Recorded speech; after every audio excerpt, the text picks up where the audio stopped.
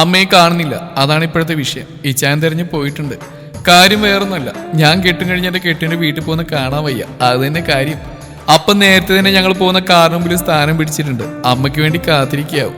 പിന്നെയുള്ളത് അനിയത്തിയാ. കാര്യം പുള്ളിക്കാരി പുറമെ സാഡ് ലൈഫ് അടിച്ച് നടക്കുകയാണെങ്കിലും ആളുടെ ഉള്ളിൽ പഞ്ചാരി മേള അരങ്ങേറിയിട്ടുണ്ടാവും. 101% ഉറപ്പ്. കാര്യം ഇനിയിപ്പോ എന്റെ ശല്യമില്ലല്ലോ, വീട്ടിൽ ഫുൾ ഫ്രീഡം അല്ലേ. അവളാണ് റാണി. അതിന്റെ അഹങ്കാരം അവളിൽ വ്യക്തമായി കാണാം. അല്പസമയത്തിനുള്ളിൽ അമ്മ വന്നു. ആ 2 ഉണ്ടക്കണ്ണുകളും കരഞ്ഞു വീർത്തിട്ടുണ്ട്. നാത്തുവിന്റെ കയ്യിൽ മുറുക്കെ പിടുത്തിട്ടിരിക്കുകയാണ് ആള്. ഇതൊക്കെ വെറും ഷോ, നാട്ടുകാരുടെ മുമ്പിൽ കാട്ടിക്കൂട്ടുന്നല്ലേ. ഇനി ഞാൻ ആരുടെ മീത കുതിര കയറിന്റെ കർത്താവ് തമ്പുരാനെ എന്ന് മനസ്സിൽ ധ്യാനിച്ചാവും ആ കരച്ചിൽ പോലും. എനിക്കറിഞ്ഞൂടെ എന്റെ പോരാളിയെ. നാത്തുവിന്റെയും അവരുടെ ആദ്യ സന്താനത്തിന്റെ അടുത്ത് ഒരു ചെറിയ കഷ്ണവുമായി ഇച്ചായനും വന്ന് ചേർന്നു. ആ എല്ലാവരും ഇനി തുടങ്ങിക്കോ എന്ന മട്ടിലാണ് ആശ. അത്യാവശ്യം നാട്ടുകാരും ചുറ്റിനും പുറവുമുണ്ട്. എല്ലാത്തിനും തുടക്കമെന്നോണം എന്റെ കെട്ടിയവന്റെ അപ്പൻ, അതായത് എന്റെ അമ്മായിയപ്പൻ അത്തരം ചലിപ്പിച്ചു. എന്നാ പിന്നെ നമുക്കങ്ങ് ഇറങ്ങിയേക്കാം ഇലിയോലീസി. അങ്ങേരങ്ങേരുടെ കെട്ടികൾ നോക്കി പറഞ്ഞു. എന്നിട്ട് എന്റെ അപ്പനെയും നോക്കി. പുള്ളിയുടെ കണ്ണുകൾ നിറഞ്ഞു വന്നു. പയ്യെ തലകൾ ചലിപ്പിച്ചു. പോരാളി അപ്പോഴും വിതുമ്പി പൊട്ടിക്കരഞ്ഞെന്നെ കെട്ടിപ്പിടിച്ചു. നീ കുഞ്ഞു, അവിടെ പോയി തോന്നിയാസൊന്നും കാണിച്ചേക്കല്ലേ. നല്ല കുട്ടിയായി നടന്നോളണം കേട്ടല്ലോ. ആ ഇപ്പൊ എങ്ങനെ ഇരിക്കണ്? ഞാൻ പറഞ്ഞില്ലേ, ഇതല്ല എന്നെ ഇനി ചീത്ത പറയാൻ പറ്റാത്തതിന്റെ വീർപ്പ് കൂട്ടല. എന്റെ പോരാളി, നിങ്ങളിങ്ങനെ കരയാതെ നീ. ഞാൻ എന്നാലാവും ഇതെല്ലാം കുരുത്തക്കേട് അവിടെ ഒപ്പിക്കും. ഒരു കള്ളശ്ശിരിയോടാ പറഞ്ഞ് എന്നെ കരഞ്ഞു കുതിർന്ന മിഴികൾ കൂർപ്പിച്ചുകൊണ്ട് പുള്ളിക്കാരിയും തറപ്പിച്ച് നോക്കി. കുഞ്ഞുവേ, അയ്യോ ദേ തേനും പാലും ഒലിക്കുന്നടാ, അതങ്ങോട്ട് തുടച്ചുകളാ എന്നെനിക്ക് പറയണമെന്നുണ്ടായിരുന്നു. പിന്നെ ആങ്ങളെയായി പോയില്ലേ, അങ്ങോട്ട് പൊറുക്കണം. ഏത് ജനിച്ചേ പിന്നെ നേരെ നോക്കി തെറിയല്ലാണ്ട് മര്യാദയ്ക്ക് വാക്കുരുവിടാത്ത നാറിയണവൻ. ഇത് തനി പ്രകടനം. അവന് എന്നെ വന്ന് ചേർത്ത് നിർത്തി. തലയിലൊന്ന് മുത്തി. ഞാൻ കണ്ണടച്ചു. എന്റെ അപ്പന്റെയും അമ്മയുടെയും കെട്ടുകഴിഞ്ഞ പിറ്റേ കൊല്ലം അതേ ദിവസമാണ് ആശാന്റെ ഭൂമിയിലേക്കുള്ള വിസിറ്റ്. ആ കെട്ടിയവനും കെട്ടിയവളും അങ്ങോട്ടും ഇങ്ങോട്ടും കൊടുത്ത ഏറ്റവും വിലയേറിയ സമ്മാനം റോസി മാർട്ടിൻ ദമ്പതികളുടെ കടിഞ്ഞൂൽ പുത്രൻ, അല്ലല്ല കടിഞ്ഞൂൽ പൊട്ടൻ സ്റ്റീഫൻ മാർട്ടിൻ.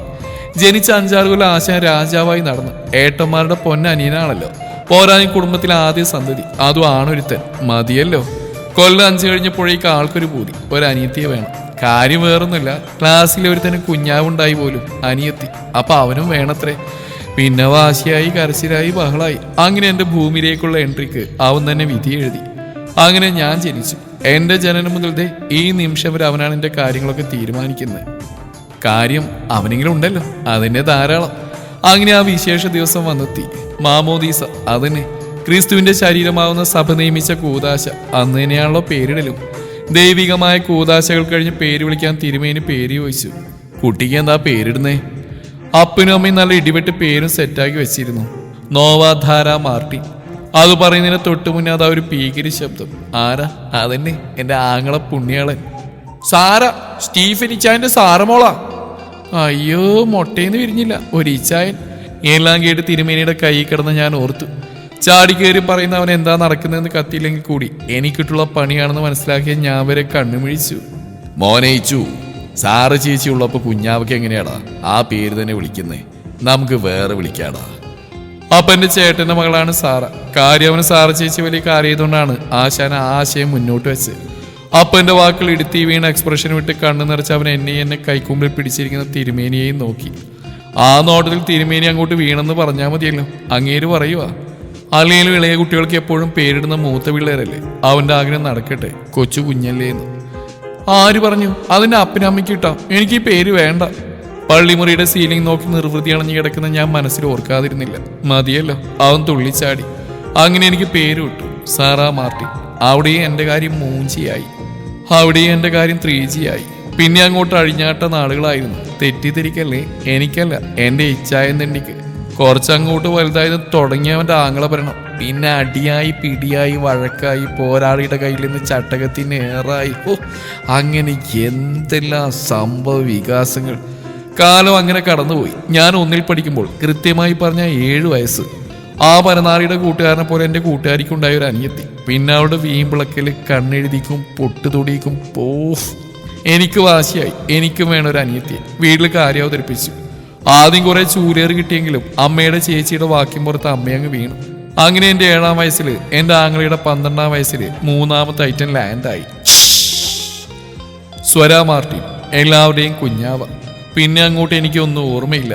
അനിയത്തി വേണമെന്ന ആഗ്രഹം ആഗ്രഹിച്ച് എന്നെ തന്നെ ശപിച്ച നിമിഷങ്ങൾ. അല്ലെങ്കിലും കൊച്ചു പിള്ളേർ ഓരോ വിടുവായിത്രം പറയുമ്പോൾ അതൊക്കെ അങ്ങ് സഹായിച്ചു കൊടുക്കാവോ? ഇടക്കൊക്കെ ഞാൻ ഓർക്കും. പിന്നെയും കാലം കടന്നുപോയി, പിള്ളേരെല്ലാം വളർന്നു. പിന്നെ അങ്ങോട്ട് ഞാൻ നേരിട്ട പ്രശ്നങ്ങൾ അസഹനീയമായിരുന്നു. മൂത്തത് ആൺതരി ആയതിനാലും എല്ലാത്തിനെയും മൂത്തതായതിനാലും അമ്മക്ക് ചായവ് ആവശ്യത്തോട്ടും, ഇളയത് പെങ്കൊച്ചായതിനാലും ഇളയതും കുഞ്ഞിതും ആയതിനാലും അപ്പന്റെ ചായവ് ആ വശത്തോട്ടുമായി മാറി. ഞാൻ എന്താടേ ആവിയായി പോയോ? നാട്ടിലും വീട്ടിലും സംസാരം ഉയർന്നു. തെക്കേലെ മാർട്ടിന്റെ മൂത്തത് ഇളയതും മാർട്ടിനെ പോലെ തന്നെ. പക്ഷെ ആ നടുക്കത്തിന് ആരുടെയും ചായ ഇല്ലല്ലോ. ഇത് കേട്ടൊരു വഴിയായി 10ാം ക്ലാസ് വരെ തള്ളി നീക്കി. അപ്പതേ അടുത്തത്, എടി റോസിയെ, നിന്റെ നടുക്കത്തെ പെണ്ണിന് പൊക്കം തീരില്ലാലോ. മൂത്തതിന് നല്ല പൊക്കമുണ്ട്, ഇളയതിനും വെക്കും. ഇവള് മാത്രം എന്നതാന്നേ മൊരടിച്ചു പോയല്ലോ. ഞാൻ എന്റെ ഇഷ്ടത്തിന് മൊരടിക്കും, ചിലപ്പോ പച്ച പിടിക്കും, അതിന് നിങ്ങൾക്ക് എന്നാ തള്ളേ എന്ന് ചോദിക്കാൻ നാക്ക് ധരിക്കുമ്പോ അമ്മേനെ ഒരു നോട്ടം നോക്കും. എന്റെ വാടയും പോകെ പോകെ ഏത് കുടുംബ പരിപാടിക്ക് പോയാലും ഇതിനെ കേട്ടിട്ട് ഞാൻ ആ പോക്കങ്ങ് നിർത്തി. കാര്യം എന്നതായാലും എൻ്റെ മുമ്പിൽ വെച്ച് ഇങ്ങനെയൊക്കെ പറയാവോ? നടുക്കത്തെ കഷ്ടം എന്നല്ലേ ഒരുപാട് ഏറ്റുവാങ്ങി.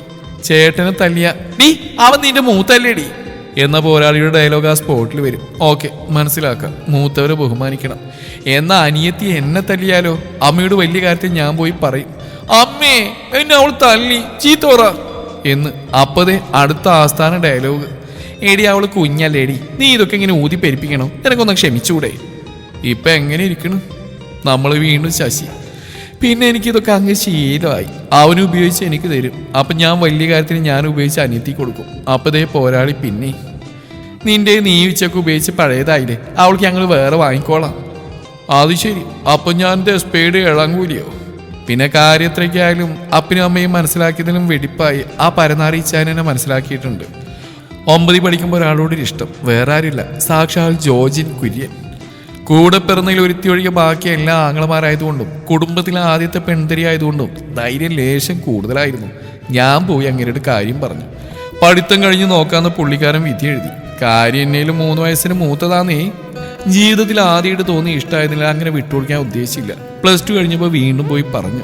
പുള്ളിക്ക് വേണ്ടി കണ്ണിൽ മണ്ണെണ്ണ ഒഴിച്ച് കാത്തിരുന്നെന്ന് തോന്നിയുണ്ടാവും. പാവ എന്നോട് തിരിച്ചു ഇഷ്ടമാണെന്ന് പറഞ്ഞു.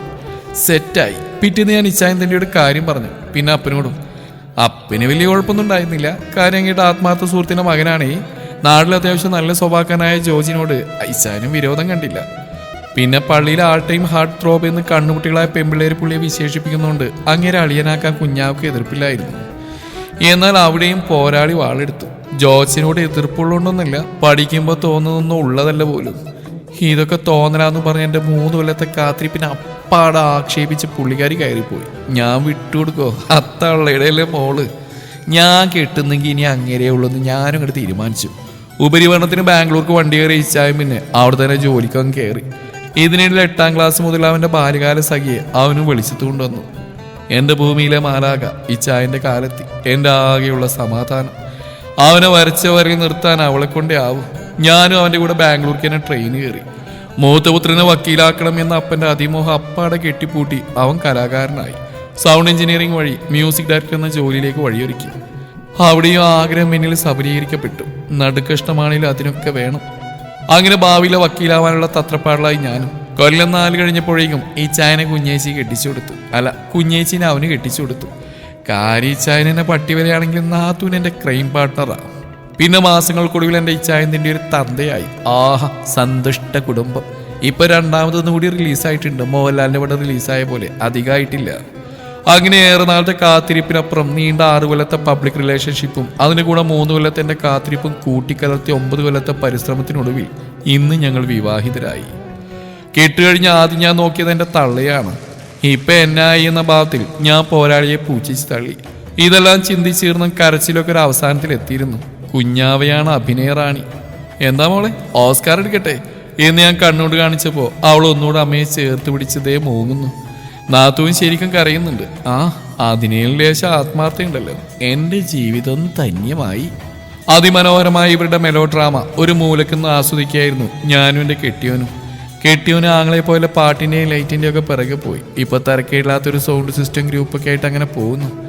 അങ്ങേരായതുകൊണ്ട് പറയില്ല കേട്ടോ, എൻ്റെ ആങ്ങളയുടെ അതേ പകർപ്പാ. കുടുംബത്തിലെ കലാകാരന്മാരെ കണ്ട് വിജൃംഭിച്ച് പുള്ളി എൻ്റെ ചെവിക്കരികിൽ വന്ന് മെല്ലെ ചോദിച്ചു, എന്ത് പെണ്ണ് കരയുന്നില്ലേ? അതിന് ഞാൻ അങ്ങേരെ അന്തസ്സായി ഇരുത്തി നോക്കി. എന്നിട്ട് മുഖം ചരിച്ച് പറഞ്ഞു, അതിന് ടി വിയിൽ ആകാശദൂതൊന്നും ഓടുന്നില്ലല്ലോ. പിന്നെ 2 കിലോമീറ്റർ പോലാത്ത നിങ്ങളുടെ വീട്ടിലേക്ക് പോകുന്നതിനല്ലേ ഈ പ്രകടനം? അതിനങ്ങേര് നല്ല അന്തസ്സായി വിളിച്ചു. അതെ, ഈ ഡ്രാമയ്ക്കെല്ലാം ഒടുവിലെ പ്ലോട്ട് ട്വിസ്റ്റാണത്. ഇത്രയും കണ്ണീരൊഴുക്കി എന്നെ യാത്രയാക്കുന്നത് 2 കിലോമീറ്റർ പോലും ഇല്ലാത്ത പാലക്കല കുര്യച്ചാന്റെ വീട്ടിലേക്കാണെന്ന് പലരും മറക്കുന്നു. ഇതെല്ലാം കണ്ട് ഒരു മൂലക്ക് മാറി നിൽക്കുകയാണ് പാവം പിടിച്ച എൻ്റെ അമ്മായിയപ്പനും അമ്മയും. പാവങ്ങൾ സഹിക്കില്ലാണ്ട് എന്തു പറയാൻ. കുറെ കഴിഞ്ഞപ്പോൾ എനിക്ക് ബോറടിച്ചു. ഞാൻ ഇറങ്ങുക എന്ന രീതിയിൽ തലയാട്ടി പോവാനൊരുങ്ങി. പക്ഷേ എന്തോ പോകും മുന്നേ ഒരു വിങ്ങൽ. കാര്യം എത്ര അടുത്താണെന്ന് പറഞ്ഞാലും സ്വന്തം വീട് പോലെ അല്ലല്ലോ. ഞാൻ അമ്മയെ ചേർത്ത് പിടിച്ചു. ഇനി ആരോടൊരു കാര്യമില്ലാണ്ട് തല്ലുകൂടുക. എൻ്റെ കണ്ണുകളും പേരിനും നനഞ്ഞു. കാര്യം വഴക്ക് പറയാനേ വാതുറക്കെങ്കിലും പെറ്റ തള്ളയല്ലേ. ഈ ചാനിയും നാത്തൂനെയും അവരുടെ കടുകുമണികളെയും പുണർന്ന് ഞാൻ അപ്പന് നേരെ തിരിഞ്ഞു. ഞാൻ ഈ ദേശത്തേ ഇല്ല എന്ന രീതിയിൽ തെക്കോട്ട് നോക്കി നിൽക്കുകയാണ് ആള്. പോട്ടെ പപ്പ? മൃദുവായി ചോദിച്ചതും അങ്ങേരെന്നെ വാരിപ്പുഴന്നു. ഞാനും അറിയാണ്ട് തേങ്ങിപ്പോയിരുന്നു. എത്രയ്ക്കായാലും പെൺമക്കൾക്ക് അപ്പൻ അവരുടെ വീക്ക്നെസ് ആണ്, ശരിയല്ലേ? പിന്നെ ഞാൻ പോകാനായി തിരിഞ്ഞു. അപ്പതേ ഒരു തോണ്ടൽ. വേറെ ആരുമല്ല, കുഞ്ഞാവയാ. എല്ലാവരെയും ഓടി നടന്ന് കെട്ടിപ്പിടിക്കുന്ന തിരക്കിൽ പുള്ളിക്കാരി ഞാൻ വിട്ടുപോയി. നിനക്കിങ്ങനെ വേണ്ടടി ചേച്ചി? പരിക്കുന്ന സ്വരത്തിൽ ചോദിക്കുന്നതാണ്. എൻ്റെ കണ്ണു വീണ്ടും നിറഞ്ഞു. കരയിക്കും പിശാശ്. അതും പറഞ്ഞ് ഞാൻ അവളെയൊന്ന് പുണർന്നു. ഇനി നിന്നാൽ ശരിയാവില്ലെന്ന് തോന്നിയതും ഞാൻ വണ്ടിയിലേക്ക് കയറി. പിന്നാലെ ജോസനും. അപ്പോഴേക്ക് ഇച്ചാനും ജോസനരിയിലെത്തി. എന്തെല്ലാമോ പറഞ്ഞു. ഞാനും ഒന്നും കേട്ടില്ല. ശ്രമിച്ചില്ല എന്ന് പറയുന്നതാണ് സത്യം.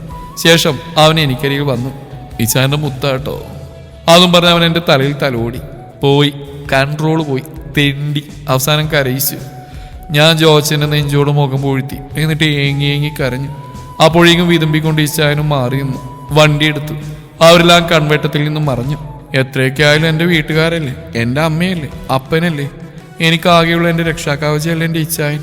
എനിക്കാകെ തല്ലുണ്ടാക്കാൻ പറ്റിയ ഒരുത്തിയല്ലേ കുഞ്ഞാവ. ഇനിയിപ്പോൾ ഞാൻ മറ്റൊരു കുടുംബത്തിൽ അംഗമായി. ഇനി എൻ്റെ കുടുംബത്തിന് ഞാനൊരു വിരുന്നുകാരിയായി മാറിയ പോലെ. എത്രയൊക്കെ അടുത്തായാലും തൊട്ടടുത്ത വീടായാലും ഇന്ന് ഞാൻ ആ കുടുംബത്തിന് മാത്രം അംഗമല്ലല്ലോ. ഓർക്കുമ്പോൾ ഒരു വിങ്ങലായിരുന്നു. അപ്പോഴേക്കും ആ കരങ്ങൾ എന്നെ പൊതിഞ്ഞു. ആരൊക്കെയോ വീമ്പിളൊക്കെ ഇരുന്നു. കരയില്ലെന്നോ തൊട്ടടുത്താണെന്നൊക്കെ എന്നെ കളിയാക്കി വിധം ജോച്ചനത് പറഞ്ഞപ്പോൾ ഞാൻ ആ നെഞ്ചിൽ ആഞ്ഞൊന്ന് കൊടുത്തു. പിന്നെ എത്രയ്ക്ക് വീടാണ് വീട്ടുകാരാണെന്ന് പറഞ്ഞാലും ഡിസ്ക്രിമിനേഷൻ അതിവിടെ മുതലാവുകയല്ല. പിന്നെ മൂത്തേനെയും ഇടത്തിനെയും സഹിക്കുന്നതിൻ്റെ കൂടെ ഇനി ഞാനൊരു കെട്ടിയനും കൂടെ സഹിക്കണം. സാധനങ്ങൾ ഏറ്റുവാങ്ങാൻ എൻ്റെ ജീവിതം ഇനിയും ബാക്കി. അപ്പം ഞാനും എൻ്റെ ജോച്ചിനെ ഇങ്ങനെ പ്രണയിച്ചും സ്നേഹിച്ചും കലവിലും കൂടി മുന്നോട്ട് പോട്ടെ കേട്ടോ. അപ്പോഴേ എൻ്റെ ജീവിതത്തിനെ കുറിച്ച് നിങ്ങളുടെ അഭിപ്രായങ്ങൾ കമൻറ്റുകളായിട്ട് രേഖപ്പെടുത്തിക്കോളൂ കേട്ടോ, മറക്കല്ലേ.